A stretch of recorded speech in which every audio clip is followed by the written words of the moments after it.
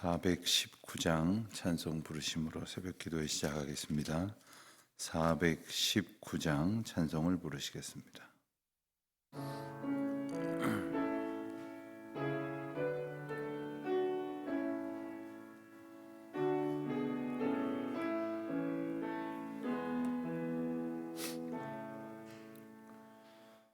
주 날개 밑 내가 편안히 쉬네. 밤 깊고 비바람 불어쳐도 아버지께서 날 지켜주시니 거기서 편안히 쉬리로다. 주 날개 밑 평안하다. 그 사랑 끈을 잡으며 주 날개 밑 내 쉬는 영원히 거기서 살리. 주 날개 밑 나의 피난처 되니 거기서 쉬기를 원하노라. 세상이 나를 위로치 못하나 거기서 평화를 누리리라. 주 날개 밑 평안하다. 그 사랑 끈을 잡으며 주 날개 밑 내 쉬는 영원히 거기서 살리. 주 날개 밑 참된 기쁨이 있네. 고달픈 세상 길 가는 동안 나 거기 숨어 돌보심을 받고 영원한 안식을 얻으리라. 주 날개 밑 평안하다. 그 사랑 끈을 잡으며 주 날개 밑 내 쉬는 영원히 거기서 살리.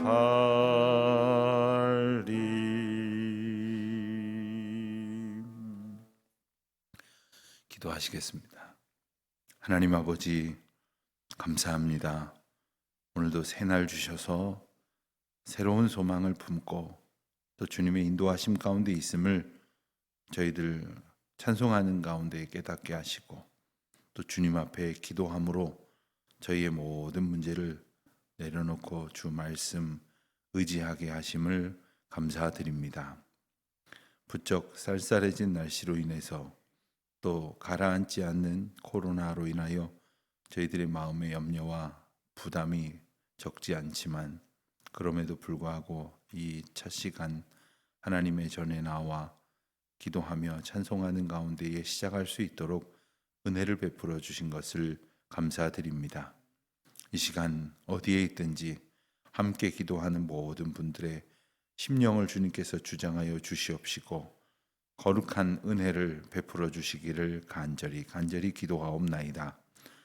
감사절을 지내고 저희들 감사의 계절을 보내면서 이제 며칠 사이에 다시 감사를 잃어버린 자들이 되지는 않았는지 돌아봅니다.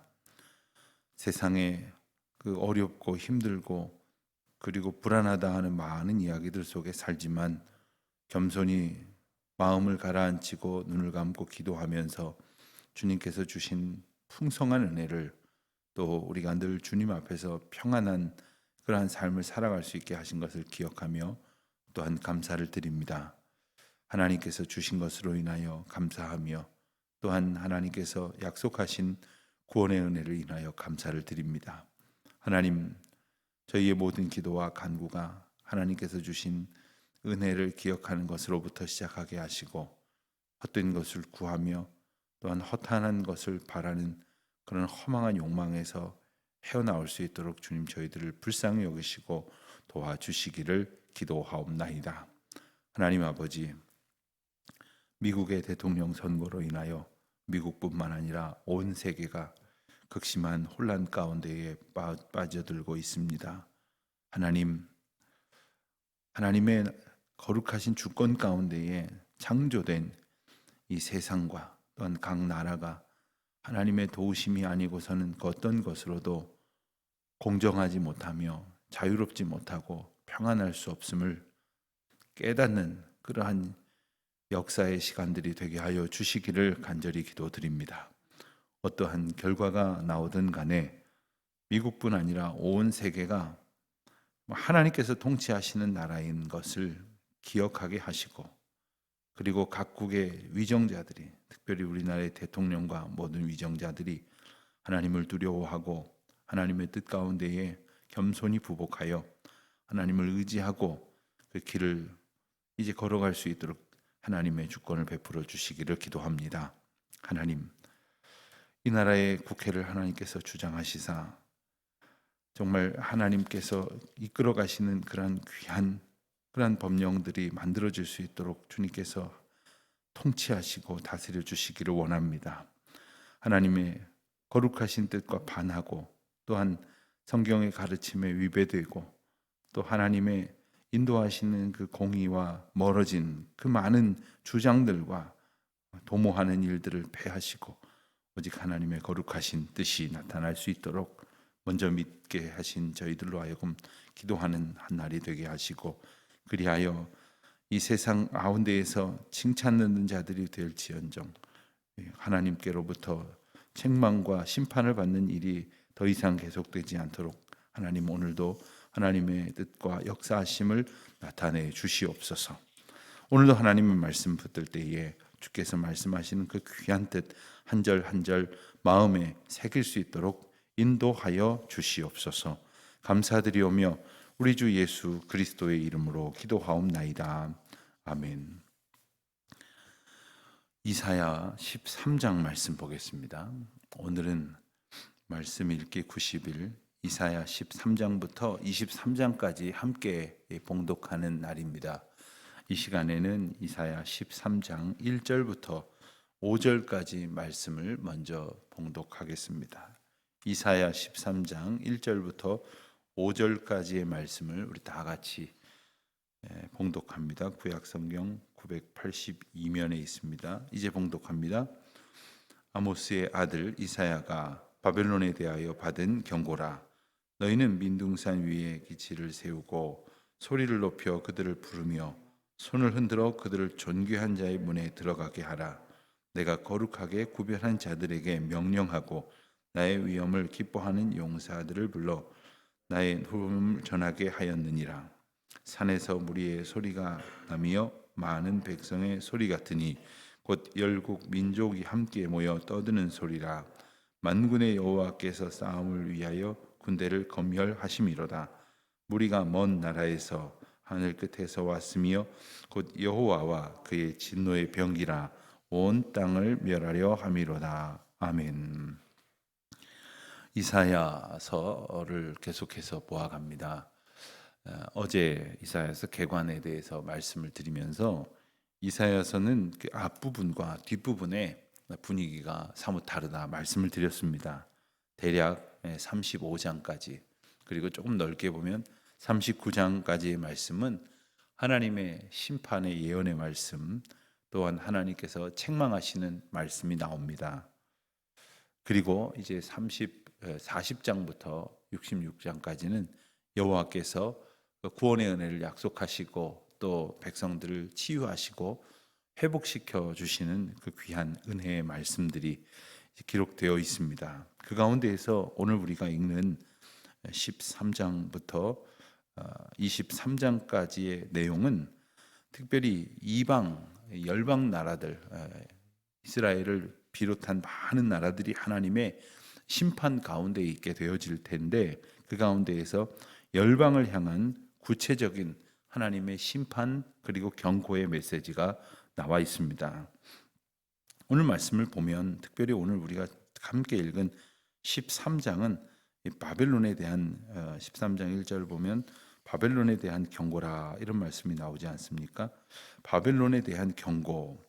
이 바벨론은 이제 200년 후에 메대와 바사에 의해서 이제 멸망되어지게 되어지는데, 그때의 일로 인하여 하나님께로부터 심판을 받는 것을 이제 예언하시고 경고하시는 말씀이라 할 수 있겠습니다. 그런가 하면 14장에서는 아수르와 블레셋에 대한 심판과 경고의 메시지를 이제 우리가 보게 됩니다. 이 아수르는 이 당시에 이스라엘을 직접적으로 괴롭히던 대국이었습니다. 그렇기 때문에 아수르의 멸망 예언을 통해서 이스라엘의 평안을 허락하실 것을 예언하는 메시지다. 이스라엘을 위로하는 메시지다. 이렇게 우리는 이해할 수가 있습니다. 블레셋은 어떻습니까?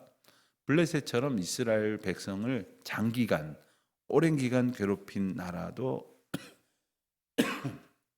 없습니다. 그 오랜 세월 동안 줄곧 이스라엘 백성들을 괴롭혔던 이 블레셋에 대한 심판의 메시지가 또한 14장에 나와 있습니다. 또한 15장, 16장에 보면 15장 1절에 보면 모압에 관한 경고라 이렇게 말씀하시면서 시작을 하는 그 모압에 대한 통치가 15장, 16장에 걸쳐서 나와 있습니다. 17장은 다메섹에 대한 심판의 경고의 말씀입니다. 다메섹은 이제 아람이라고도 성경에서 이제 기록이 되어져 있는 이 다메섹 같은 경우도 한 번도 이스라엘 백성들에게 우호적인 자세를 취해 본 적이 없습니다. 그러한 그 백성들에게 향한 하나님의 심판의 메시지가 17장에 나오고요. 18장에는 구스, 즉 오늘날로 말하자면 아프리카 이디오피아에 대한 심판의 말씀이 나와 있습니다. 그런가 하면 19장에는 애굽에 대한, 그리고 21장에 가서는 두마에 대한 심판의 메시지가 나옵니다. 두마는 이제 에서의 후손인 에돔 족속을 일컫는 말입니다. 그리고 마지막 부분인 23장에서는 두로와 시돈에 대한 그런 심판과 경고의 메시지가 이제 소개되고 있습니다. 그러니까 13장부터 23장까지는 이 이스라엘을 둘러싼 주변 열강들을 두루 심판하시는 그런 메시지입니다. 자, 그렇다면 무엇을 심판하시고 왜 심판하시는가?